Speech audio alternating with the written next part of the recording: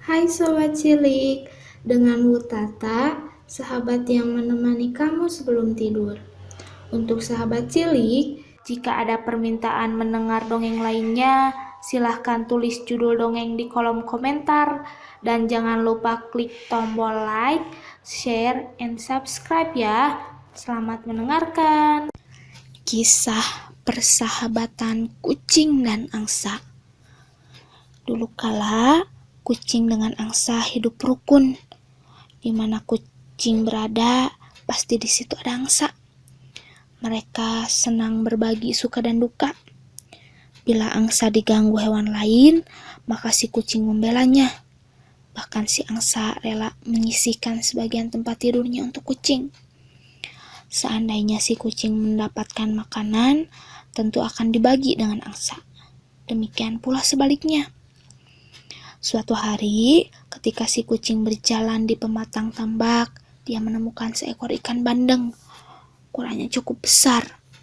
Dia lalu segera mengambilnya dan secepatnya lari menuju salah satu gubuk. Berlari, ia memandangi ikan bandeng yang ia temukan. Lalu ia menyantap ikan itu. Namun seketika niatnya batal ketika ingat ada sahabatnya, si angsa. Wah, kalau saja ikan ini harus saya bagi dengan angsa, tentu aku cuma mendapatkan setengahnya. Padahal ikan ini enak sekali. Andai saja aku membagi ikan ini sama besar, lalu aku akan dapat bagian ekornya, maka si angsa akan dapat bagian kepala. Padahal kepala ikan adalah yang paling enak. Bagaimana ini? Pikir si kucing. Biarlah, aku tak akan membagi ikan ini dengan angsa. Toh dia tak tahu kalau aku menemukan ikan. Lalu si kucing membawa ikan tersebut ke gudang pembuatan batik yang tempatnya cukup jauh dari rumah angsa. Namun dugaan si kucing salah. Ternyata angsa juga ada di tempat tersebut untuk mencari makan. Hai kawan, mau kemana? Wah, kamu dapat makanan yang lezat ya, kata angsa. Si kucing terkejut. Nyaris ikan yang dibawanya hampir terlepas. Tubuhnya gemetaran. Dia berniat mau lari, namun si angsa segera menyusulnya. Hai kucing, mau kemana kamu? Kamu mau menghindar dari aku? Kamu mau menikmati makanan itu sendirian? Kamu mau berbuat curang? Si kucing tak menghiraukan teriakan angsa. Dia lari semakin cepat. Di atas meja ini, tentu si angsa tak bisa mengejarku. Kini si kucing bersembunyi di balik ember berisi cairan lilin untuk membatik. Sebaliknya, si angsa hanya mondar-mandir ke sana kemari di bawah meja sambil menunggu si kucing turun. Sialan, si angsa tak segera pergi juga. Bikin aku tak tenang saja menikmati ikan ini. Lalu si kucing berpikir sejurus untuk mencari cara bagaimana agar si angsa segera pergi. Tiba-tiba dia mengambil ember berisi cairan lilin dan perlahan ia menyiramkan ke tubuh angsa. Panas, panas. Dasar kucing sialan, dia tak bisa membalas budi. Awas kamu ya, teriak sang angsa. Ia lari tunggang langgang mencari air untuk menghilangkan cairan lilin dari tubuhnya. Sementara si kucing lari menjauh menghindari ancaman si angsa. Dan sejak saat itu, setiap kali si angsa ketemu air, selalu membenamkan tubuhnya ke dalam air sambil mengepakkan sayapnya untuk menghilangkan cairan lilin. Sedangkan si kucing selalu ketakutan dan menghindar dari air. Sebab ia takut bulunya terkena limbah cairan lilin di air yang digunakan si angsa mandi. Pesan moral dari dongeng ini adalah persahabatan yang telah dibangun susah payah ternyata tak bisa berantakan. Namun bisa juga berantakan akibat salah seorang memiliki sikap serakah, tak mau berbagi, dan lebih mementingkan diri sendiri.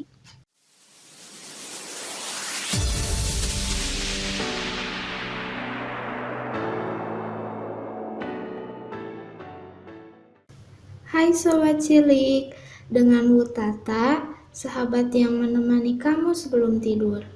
Untuk sahabat cilik, jika ada permintaan mendengar dongeng lainnya, silahkan tulis judul dongeng di kolom komentar. Dan jangan lupa klik tombol like, share, and subscribe ya. Selamat mendengarkan. Udin dan domba kesayangannya. Udin dan dombanya baru saja memenangkan lomba. Sebagai hadiah, mendapatkan uang 500.000. Saking senang, Udin tak tahan untuk jingkrak-jingkrak. Ternyata uangnya jatuh dan ditelan si domba. Udin pun sedih. Seorang juri lomba yang menang ahli perlombaan menyarankan untuk meminumkan kopi ke si domba, lalu menepuk pantat domba.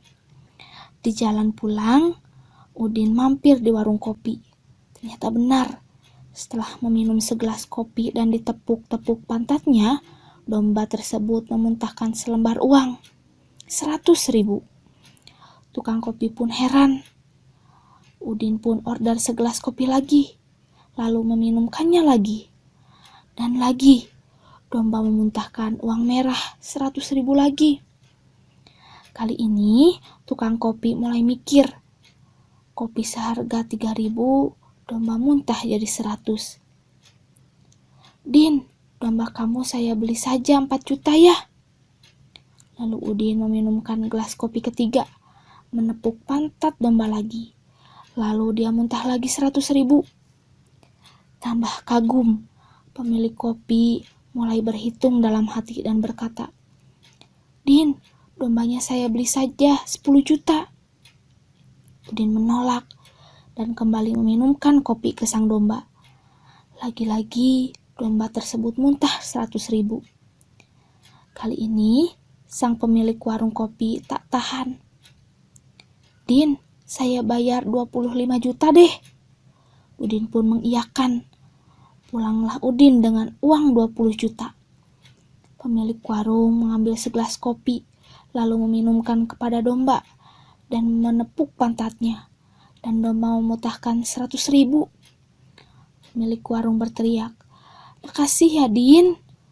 Udin melambaikan tangan dari jauh mempercepat langkahnya, setengah berlari. Besoknya kampung geger, si pemilik warung kopi ditangkap polisi atas penganiayaan hewan.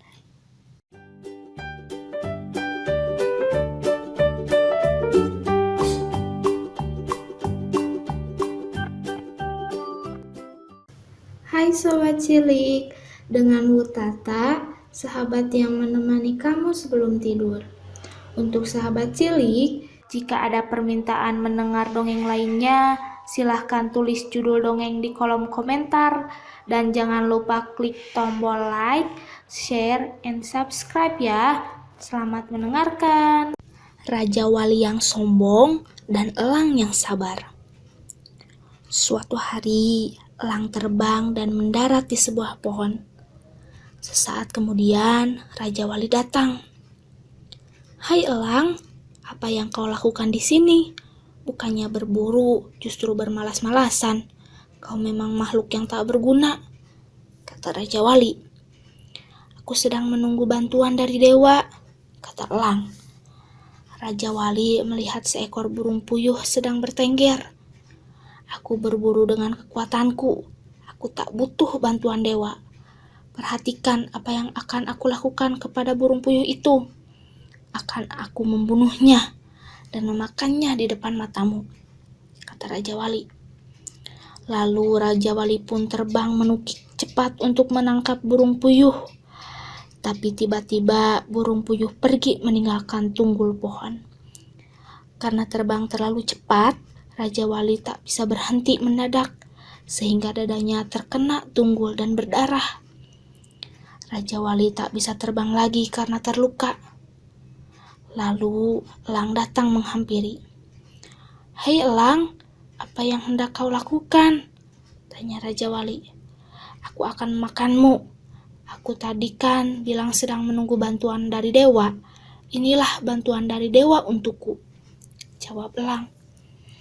Tidak, jangan makan aku, kata Raja Wali. Namun karena elang terlalu kuat, Raja Wali pun kalah dan dimakan oleh elang sampai habis. Itulah balasan bagi Raja Wali yang suka menyombongkan diri. Pesan moral dari dongeng ini adalah jangan jadi anak yang sombong dan suka membanggakan diri sendiri. Setiap orang pasti butuh bantuan dari orang lain.